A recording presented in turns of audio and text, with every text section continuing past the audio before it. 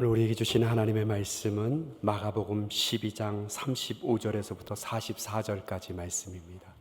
마가복음 12장 35절에서 44절까지 말씀 다 찾으신 줄 알고 제가 한 절, 여러분들이 한 절 이렇게 교독하도록 하겠습니다. 예수께서 성전에서 가르치실새 대답하여 이르시되 어찌하여 서기관들이 그리스도를 다윗의 자손이라 하느냐.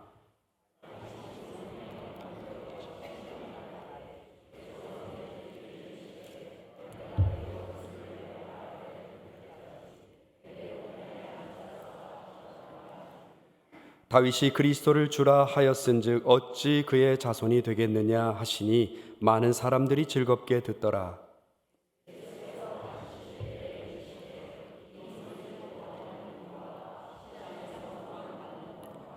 회당의 높은 자리와 잔치의 윗자리를 원하는 서기관들을 삼가라.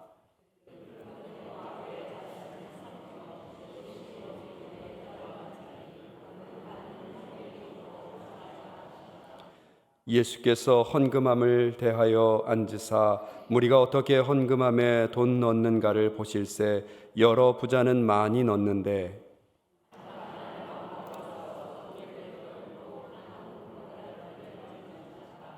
예수께서 제자들을 불러다가 이르시되 내가 진실로 너희에게 이르노니 이 가난한 과부는 헌금함에 넣는 모든 사람보다 많이 넣었도다.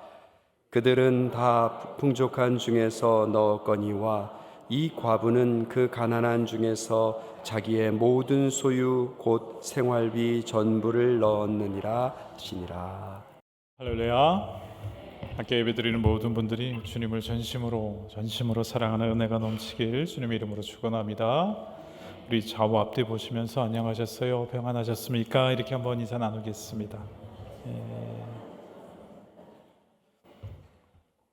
오늘 유료의 복음 55번째 시간으로 하나님은 중심을 보십니다 라는 말씀으로 나누도록 하겠습니다. 여러분, 우리가 살아가면서 사람을 판단할 때 여러분은 주로 무엇을 보게 됩니까? 사람을 처음 보니까 처음에는 외모를 보게 되겠죠.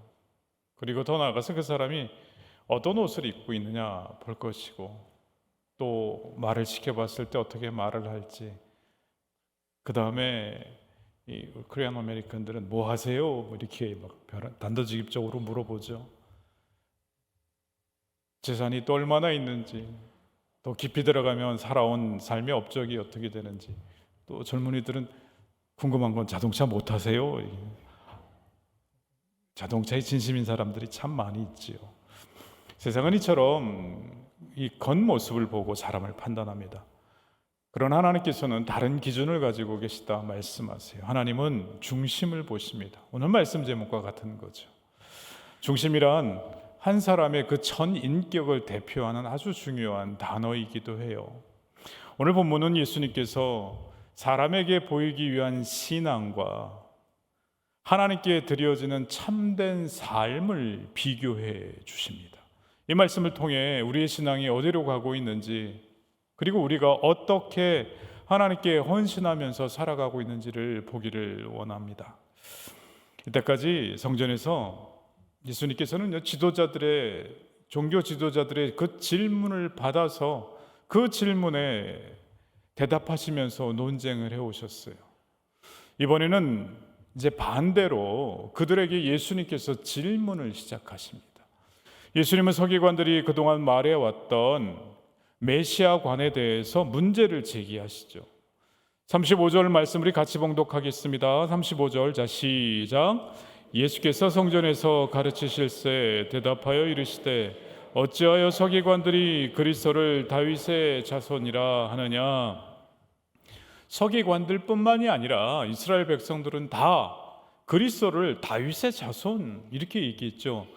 다윗의 자손이여 나를 불쌍히 여기소서.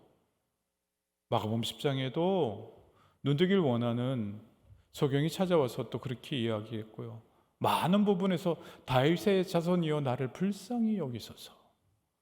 그런데 예수님은요, 메시아가 다윗의 자손이라고 하는 정의가 적절하지 않다라고 말합니다.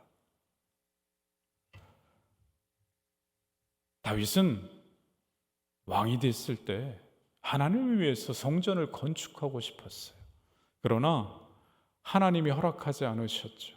대신 하나님은요, 나단 선지자를 통하여서 다윗에게 언약을 주십니다. 다윗의 후사를 세워서 하나님 나라를 영원히 견고하게 하겠다라는 약속을 주신 거죠. 그래서 이스라엘 사람들은요, 그 어려운 상황 속에서도 언젠가 다윗 자손이 와서 이스라엘을 일으킬 것이다, 이렇게 생각했다는 거예요. 그래서 다윗의 자손이라고 하는 말은 자기들을 구원할 그 메시아의 별명이 되어버렸습니다.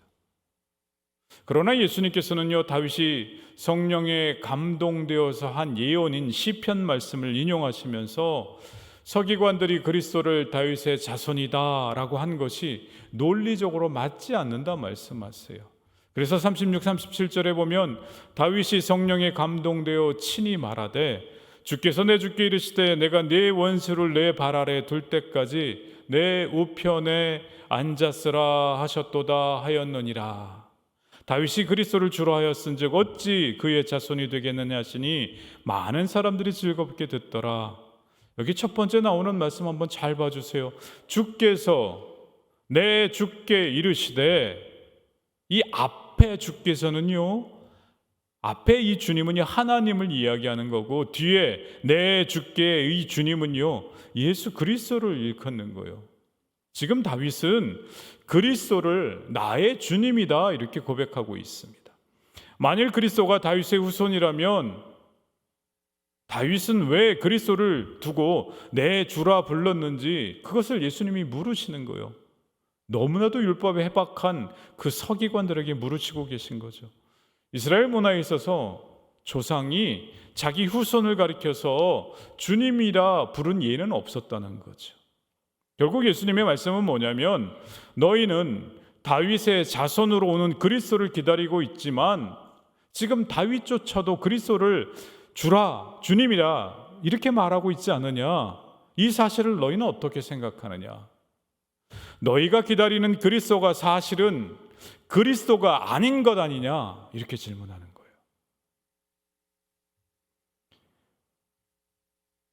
너희가 기다리는 그리스도가 사실은 그리스도가 아닌 것 아니냐? 이스라엘 백성은요, 하나님께서 약속하신 그 그리스도를 기다린 것이 아니고 자기들이 원하는 그리스도를 기다렸다는 거예요. 그 말이 어디에 들어가 있냐면요, 다윗의 자손 예수여 나를 불쌍히 여기소서, 이 말에 들어갔던 거예요. 여러분이 이 성경을 읽을 때 아직까지 그냥 아무 생각 없이 다윗의 자손 예수여 나를 불쌍히 여기소서 그렇게 읽어왔잖아요. 당시 이스라엘 사람들이 기다린 다윗의 자손 그리스도는 자신들을요, 이방인의 압제로부터 해방시켜줄 정치적인 메시아로 생각했다는 거예요. 다윗의 자손이 와서 하나님 나라의 큰 왕국을 이룰 줄 알았는데 웬걸요? 바벨론 왕국이 세워졌고요. 웬걸요? 메데 페르시아 왕국이 세워졌고, 지금 이때는요 알렉산더 대왕의 그 네 장수들이 이 지역을 나눠서 통치하던 그 압제의 시간을 이후에 어떻게 해요? 다윗의 자손 한옥을 로마가 다스리고 있다는 거죠. 다윗의 자손 예수여 본인들에게 와서 정치적으로 해방시켜달라 그렇게 애원하고 있는 거죠. 유대인들은요 그리스도를 정치적인 왕으로만 이렇게 생각했습니다. 그들은요 자신들의 죄의 문제를 해결해 주실 구원자로서 그리스도를 생각하지 못했다는 거예요. 우리도 그럴 수 있습니다. 예수 믿는다고 하지만 하나님께서 예비해 주신 것에는 관심이 없고 하나님의 뜻과는 다른 엉뚱한 것만 기대할 수 있다는 거죠. 유대인들이 자기들의 필요 때문에 그리스도를 기다렸던 것처럼 우리 역시 때론 신앙의 이름으로 세상에 내 필요만을 채우고 싶어 할 때가 참 많이 있습니다. 여러분에게 예수님은 어떤 분이십니까? 어떻게 고백하고 계세요? 나의 문제 해결사나 혹은 복 주시는 분으로 생각하고 있습니까? 아니면 삶의 주인이요 내가 순종해야 되는 주님으로 생각하고 있습니까? 사랑하는 성도 여러분, 우리가 믿는 예수님은요 지금 다윗이 주님이라고 부른 예수님이에요. 우리 죄를 위해서 십자가에 못 박혀 죽으시고 장사된 지 사흘 만에 그 죽음을 이기시고 부활하신 바로 그 만왕의 왕, 유일하신 우리 하나님, 나의 하나님. 여러분, 우리에게 이 고백이 분명해져야 합니다. 내가 믿는 예수님은, 내가 믿는 그리스도는 누구냐라는 거죠.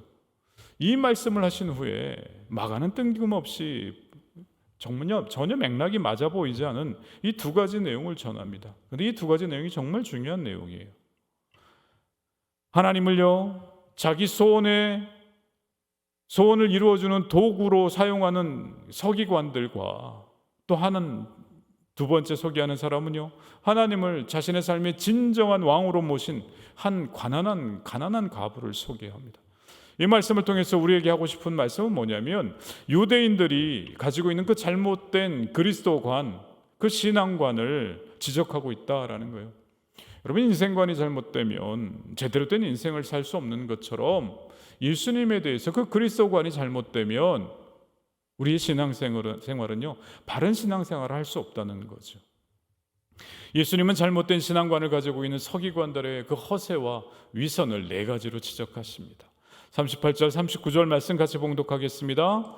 예수께서 가르치실세 이르시되 긴 옷을 입고 다니는 것과 시장에서 문안받는 것과 회당의 높은 자리와 잔치의 윗자리를 원하는 서기관들을 삼가라. 이때 서기관들은요, 행사와 예식에서 입는 스톨레라고 하는 이 화려한 하얀색 그 린넨 로브를요, 평소에도 입고 다녔어요. 사람들이 알아봐 주길 원했던 거죠. 그래서 특별히 내가 이렇게 특별히 높은 지위에 있다, 너희들은 그걸 알아라 라는 거예요.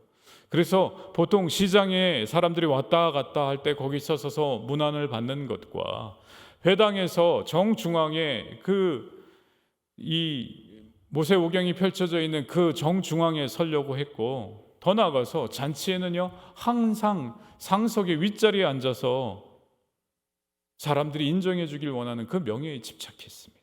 심지어 일부 랍비들은요, 유대인이 어느 마을을 방문할 때 사람들이 나와서, 온 마을 사람들이 나와서 내 부모보다 당신을 더 존경합니다, 이렇게 고백해 주기를 강요했다는 거예요. 여러분, 너무 이상하지 않으세요? 예수님은요, 사람들에게 보이는 것을 즐기면 하늘에 계신 너희 아버지께 상을 받지 못한다, 이렇게 말씀하셨습니다. 이제 예수님은요, 하나님 사랑, 이웃 사랑이라고 하는 계명에 비추어서 서기관들을 질책하셔요. 40절 말씀 같이 봉독하겠습니다. 그들은 과부의 가산을 삼키며 외식으로 길게 기도하는 자니 그 받는 판결이 더욱 중하리라 하시니라. 당시에는요, 그를 아는 사람이 참 드물었습니다. 그래서 유언장이나 재산 양도 증서를 쓸 때 서기관의 도움이 필요했다는 거예요. 서기관이 그걸 대신 써주고 그것을 집행하는 것도 누가요? 서기관이 맡아서 집행했다는 거예요. 그 당시 과부가 된다라고 하는 것은 남겨진 재산이 없으면 살아갈 도리가 없는 그런 시대였죠.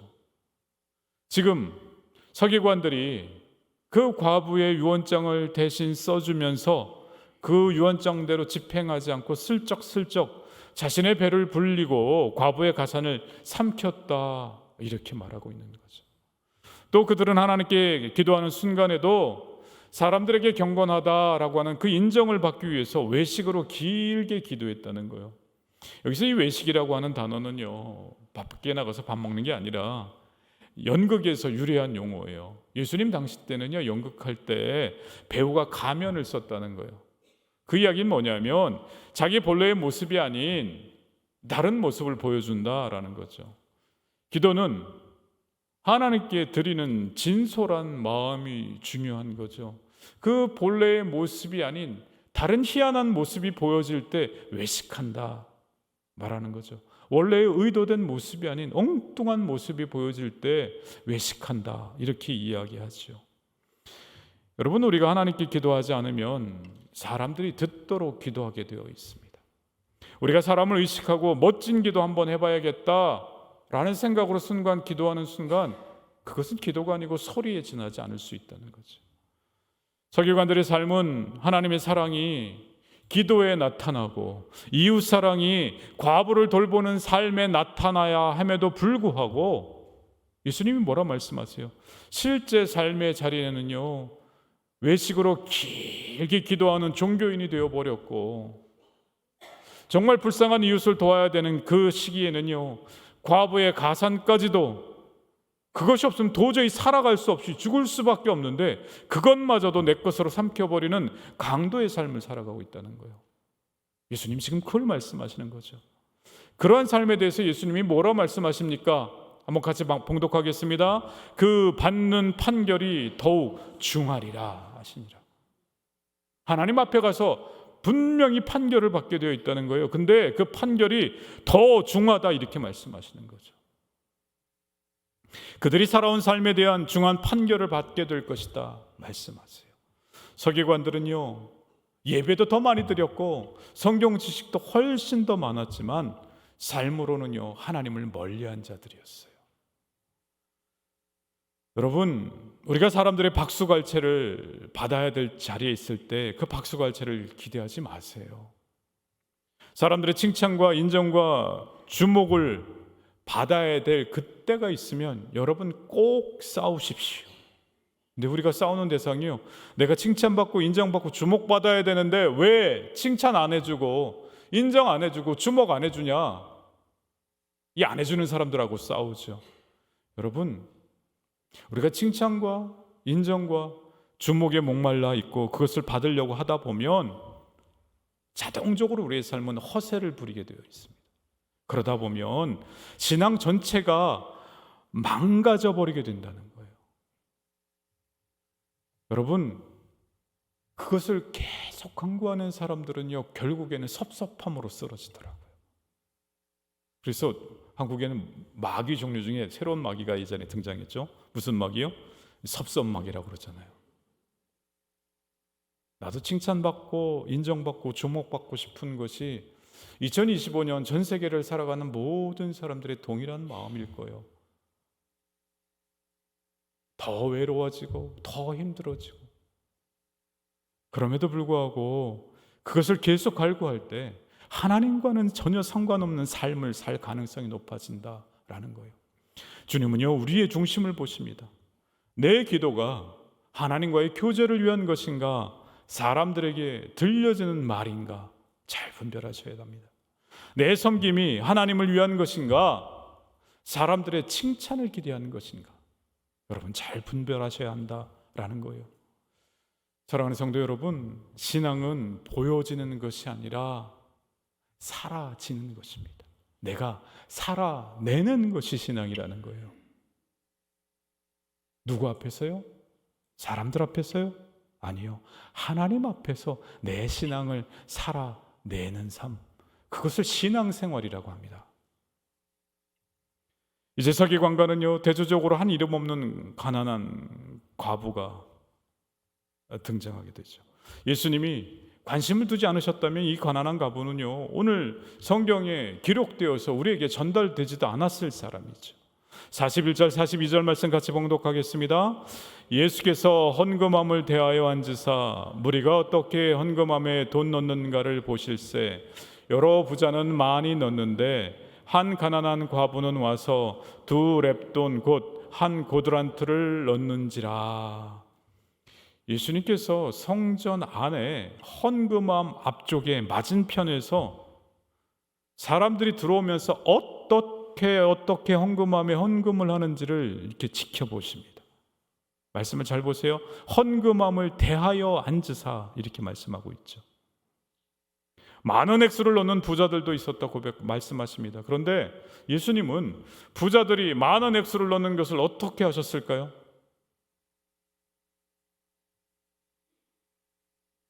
지금 예수님이 계신 이 성전의 모습은 그 예루살렘 성전 중에 여인의 뜰이라고 일컬어지는 곳입니다. 그 뜰 주변을 따라서 3개의 벽면에 13개의 연보궤 헌금함이 있었습니다. 그 헌금함은요, 유월절 때 유대인들이 그 나팔을 불 때 양의 뿔을 잘라서 만든 것처럼 위에는 크고 밑에는 이렇게 둥글둥글 돌아가면서 모여지는 바로 그와 같은 모습인데 그걸 뒤집어 놓은 모습이라는 거죠. 그래서 위에서 헌금을 놓으면 그때는 지폐가 없었으니까 그 양각나팔처럼 생긴 것을 따라가면서 입구는 좁고 그 동전이 떨어지는 곳에는요 넓어서 또 소리가 잘 나게 쨍그랑 소리가 나게 그렇게 만들어 놨다는 거예요. 그러면 여러분, 부자는 동전을 하나만 넣을까요? 아니죠. 이만큼 가져와서 딱 놓을 때 툭툭툭툭. 그래서 예수님이 알 수 있었다는 거죠. 그 소리로 알 수 있었다는 겁니다. 여러분, 41절 상반절에 예수님은요 이렇게 무리가 어떻게 헌금함에 돈 넣는가를 보실세. 저는 말씀을 그렇게 많이 읽어도 이 말씀이 눈에 들어오지 않았어요. 예수님이 뭘 보고 계셨다고요? 헌금함을 뚫어지게 지켜보고 계셨다고요. 여러분이 본당에 올라오시는데 헌금함 있잖아요. 저 앞에서 제가 매주 얼마 넣으시나. 예수님이 유심히 보고 계셨는데 왜 그러셨을까요? 그것은 우리가 돈을 어떻게 취급하는지 보시려고 하셨다는 거죠. 더 나아가서 우리가 물질을 어떻게 다루는가, 우리의 태도를 보시고 주님은 우리의 중심을 하셨다는 거예요. 헌금을 얼마나 많이 했는가를 묻는 것이 아니고 무슨 마음으로 했는가를 물어보고 있습니다. 여러분, 주님의 가심 그래서 얼마나 많이가 아니고요, 무리가 얼마나 많이 헌금함에 돈 넣는가를 보실세. 이렇게 돼 있어요. 말씀 한번 다시 보여주실래요? 뭐라고 돼 있습니까? 무리가 얼마나 많이요? 아니요, 무리가 어떻게 헌금함에 돈 넣는가를 보실세. 뭐 어떻게나 하오 이렇게 넣는 거 아니겠어요? 아니죠. 여기서 어떻게는요, 어떠한 마음으로, 왜? 주님의 관심은 그래서 얼마나 많이가 아니고 뭐라 말씀하세요? 어떻게. 예수님은 사람들이 하나님을 향한 마음이 있는지 없는지 거기에 관심을 두고 보신 겁니다. 그때 관심을 끄는 이가 있었어요.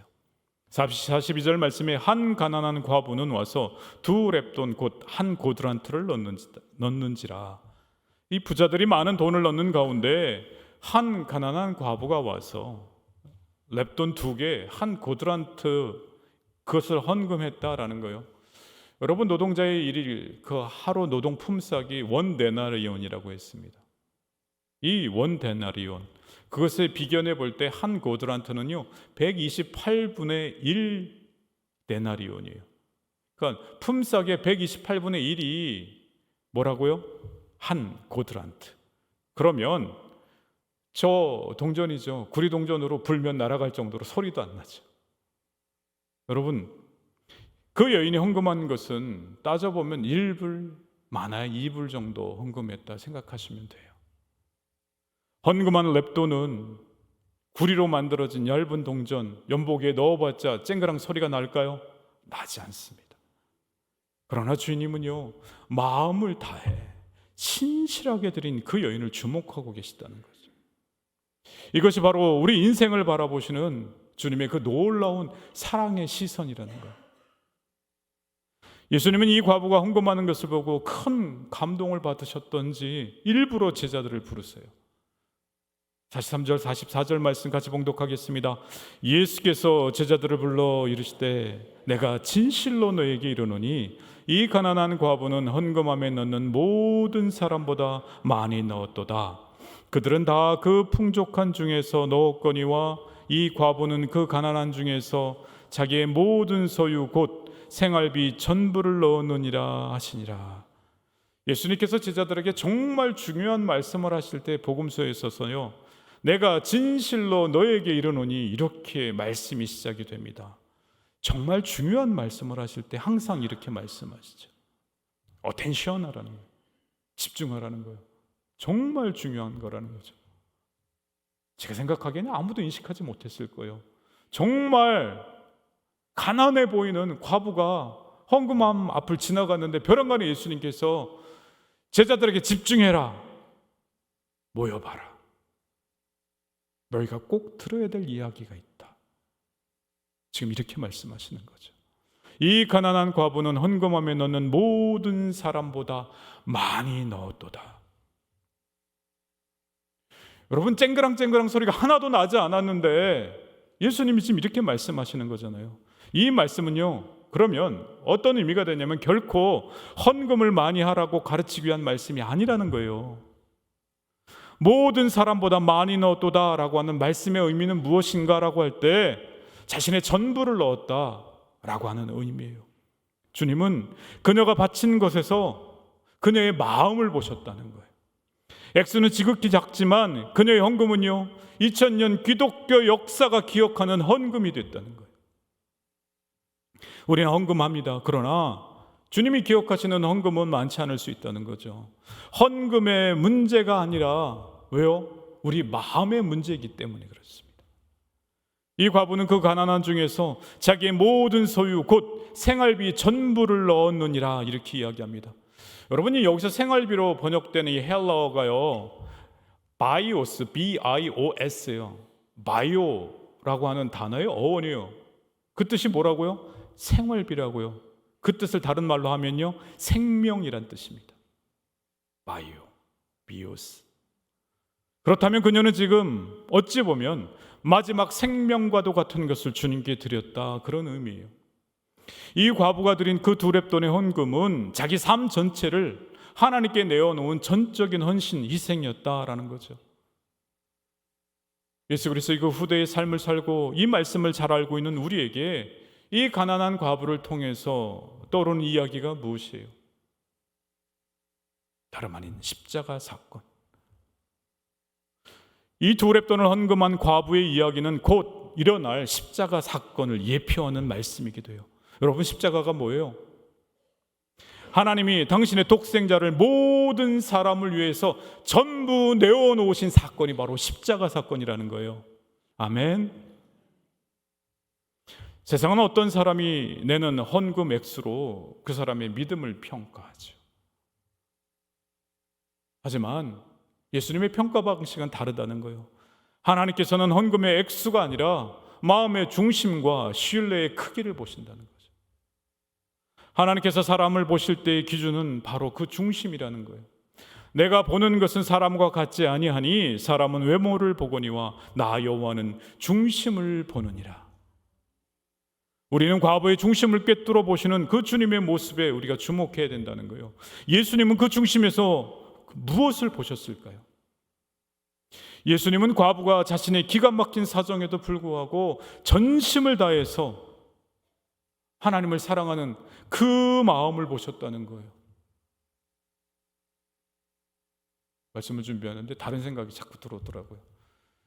엘리야 만났던 사렙다 과부처럼 마지막 이거 내놓고 죽자, 이런 마음 아니었을까? 만약에 그런 마음이었다면 주님이 아셨을 거란 생각이 듭니다.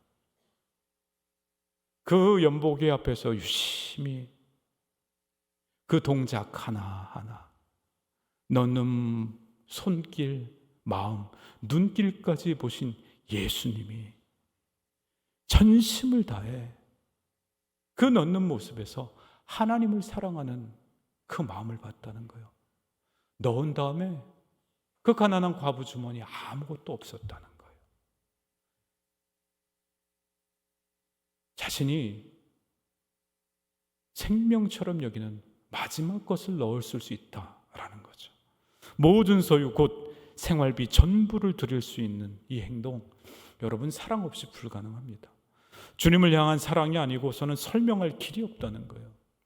그런데 그 사랑을 예수님께서 우리에게 먼저 보여주셨죠. 요한복음 3장 16절 말씀 우리 한번 같이 봉독할까요?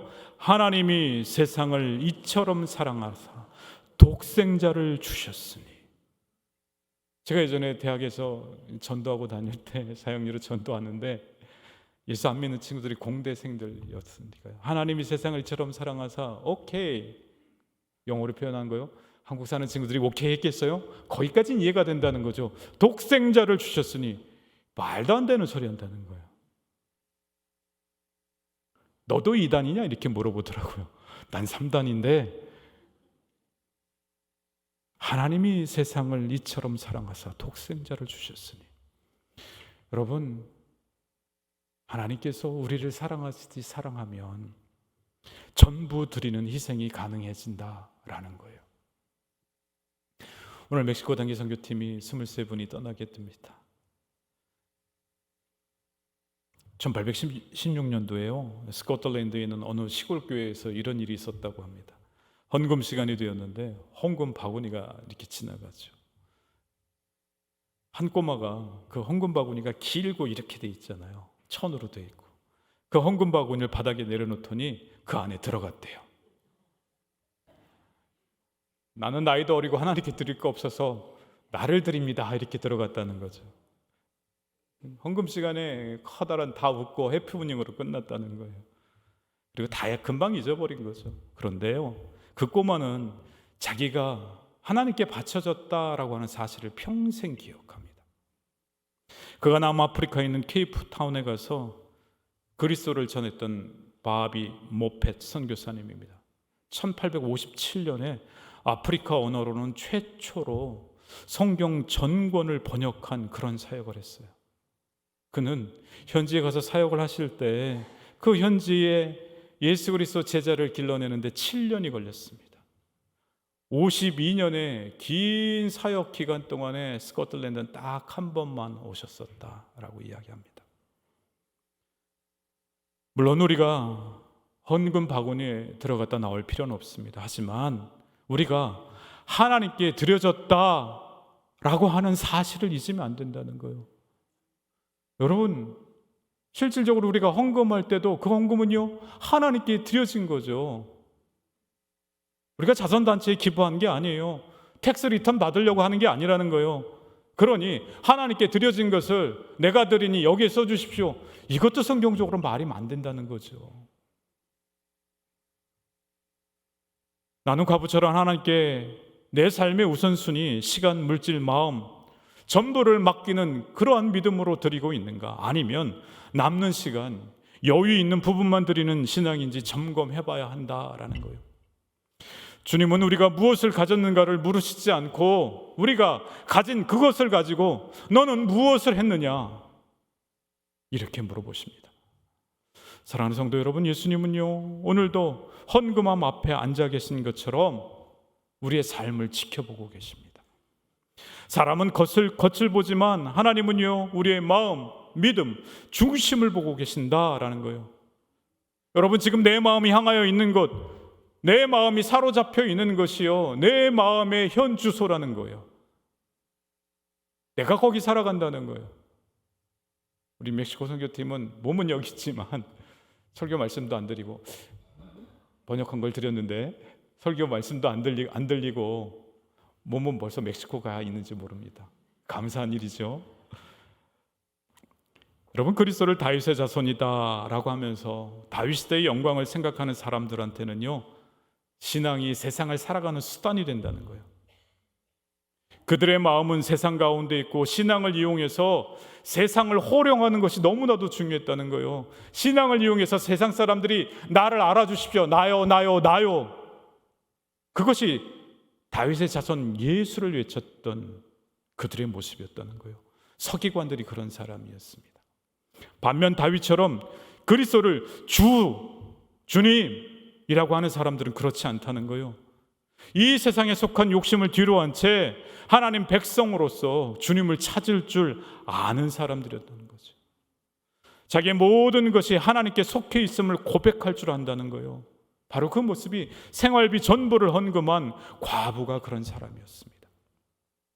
하나님의 부르심은 어떤 상황 속에서도 하나님의 백성으로 사는 것과 관련이 있습니다. 여러분, 사랑하는 성도 여러분, 여러분은 하나님의 부르심을 따라서 어떠한 마음과 중심을 들이며 살아가고 있습니까? 예수님은 우리의 중심에 주목하시면서 우리의 삶이 주님 앞에, 그 코람데오 주님 앞에서 주님을 참된 내 주로 섬기며 살기를 원하신다라는 거죠. 말없이 순종하며 자신의 전부를 들여 헌신한 이 가난한 무명의 과부와 같은 한 사람 한 사람의 그 믿음이 있을 때 교회는 교회되어 갑니다. 말없이 순종하면서 자신의 전부를 들여서 시간을, 물질을, 내가 가진 탤런트를, 나의 마음을 드리는 아름다운 교회 성도 여러분 한 사람 한 사람으로 말미암아 아름다운 교회가 교회다워지는 줄 믿습니다. 주님이 끝까지 주목하고 칭찬하신 이 가난한 과부처럼 주님께 전심으로 드리는 삶을 살아 내가 지나간 자리에 그리스도의 십자가만 남는 그런 은혜가, 그런 삶이 여러분의 삶이 되시길 주님의 이름으로 축원합니다.